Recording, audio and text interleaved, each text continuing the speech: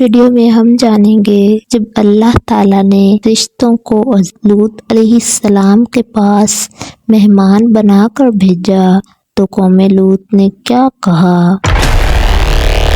قوم لوط کیا عمل کرتے تھے جس کی وجہ سے اللہ تعالیٰ نے ان کی طرف عذاب نازل فرمایا۔ جب قوم لوط ہلاک ہو گئی تو اللہ تعالیٰ نے ان کی بستیوں کی جگہ کیا بنا دیا۔ حضرت ابراہیم علیہ السلام کو بیٹے اور پوتے کی خوشخبری دینے کے بعد وہ فرشتے حضرت لوط علیہ السلام کے پاس نہایت حسین و جمیل نوجوان لڑکوں کی صورت میں مہمان بن کر سدوم پہنچے۔ حضرت لوط علیہ السلام ان خوبصورت مہمانوں کو دیکھ کر گھبرا گئے اور اس بات سے ڈرے کہ ان کی بدبخت قوم ان مہمانوں کے ساتھ کہیں برا سلوک نہ کرے۔ حضرت لوط علیہ السلام ابھی اسی فکر میں تھے کہ قوم کے لوگ آپ علیہ السلام کے پاس آنے والے مہمانوں کے بارے میں معلوم ہو گیا اور انہوں نے آ کر حضرت لوط علیہ السلام سے یہ مطالبہ کیا کہ انہیں ہمارے حوالے کرو تاکہ ہم ان سے اپنی جنسی خواہش پوری کریں۔ آپ علیہ السلام بہت غمگین ہو گئے۔ حضرت لوط علیہ السلام کی پریشانی کو دیکھ کر فرشتوں نے کہا، آپ ہماری ظاہری صورت کو دیکھ کر گھبرائیں نہیں، ہم انسان نہیں بلکہ اللہ سبحانہ تعالیٰ کے بھیجے ہوئے فرشتے ہیں جو آپ علیہ السلام کی دعا کے نتیجے میں آپ علیہ السلام کی قوم کو ہلاک کرنے کے لیے آئے ہیں۔ تب آپ علیہ السلام کو اطمینان ہو گیا۔ فرمان الہی ہے، پھر جب ہمارے قاصد فرشتے نہایت خوبصورت کم عمر نوجوان لڑکوں کی شکل میں لوط علیہ السلام کے پاس پہنچے تو وہ لوط علیہ السلام ان کی وجہ سے غمگین ہو گئے اور دل ہی دل میں گھٹن محسوس کرنے لگے کہ ان خوبصورت نوجوانوں کو میں اپنی قوم کی بدفعلی سے کیسے بچاؤں گا۔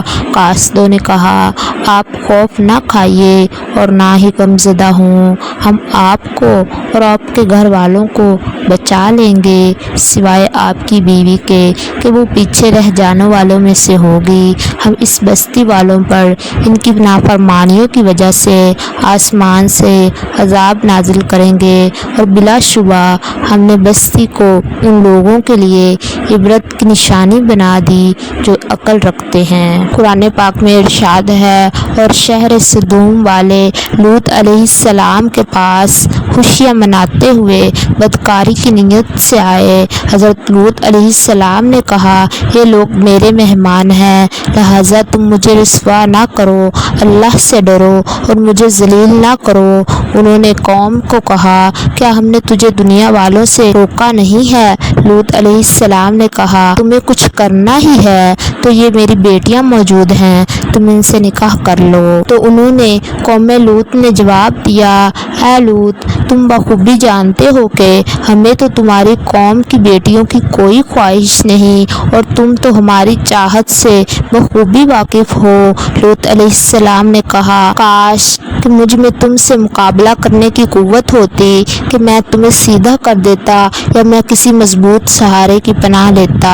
حدیث رسول اللہ صلی اللہ علیہ وآلہ وسلم ہے کہ اللہ تعالیٰ لوط علیہ السلام پر رحمت نازل فرمائے کیونکہ وہ ایک مضبوط سہارا اللہ تعالیٰ کی پناہ لیتے تھے، یعنی ابراہیم علیہ السلام نے انہیں سدوم شہر کی طرف اکیلے ہی بھیجا تھا۔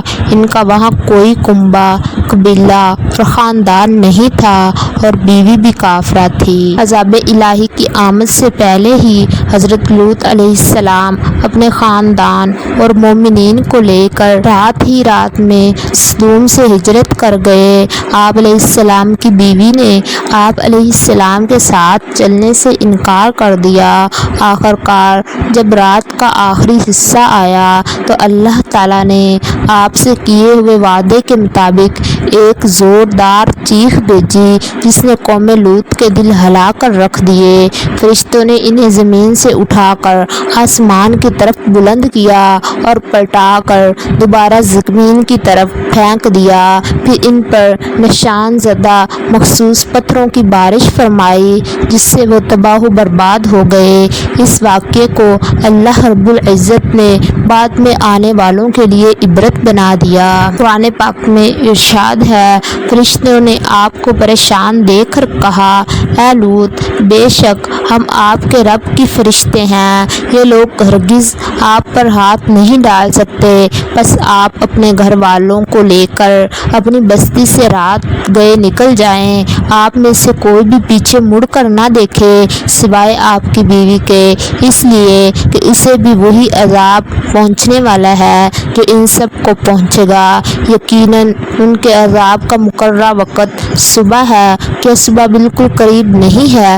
پھر جب ہمارا حکم آ پہنچا تو ہم نے اس بستی کو الٹ کر اس کے اوپر کا حصہ نیچے کر دیا اور ان پہ تہ بتہ کنکریلے پتھر برسائے جن میں سے ہر پتھر پر تمہارے رب کی طرف سے نشان لگے ہوئے تھے، اور وہ بستی ان ظالموں قریش مکہ سے کچھ دور نہیں ہے۔ پھر ہم نے انہیں لوط علیہ السلام اور ان کے گھر والوں کو بچا لیا سوائے ان کی بیوی کے، وہ ہلاک ہونے والوں میں سے ہی رہی، اور ہم نے ان پر خصوصی پتھروں کی بارش برسائی۔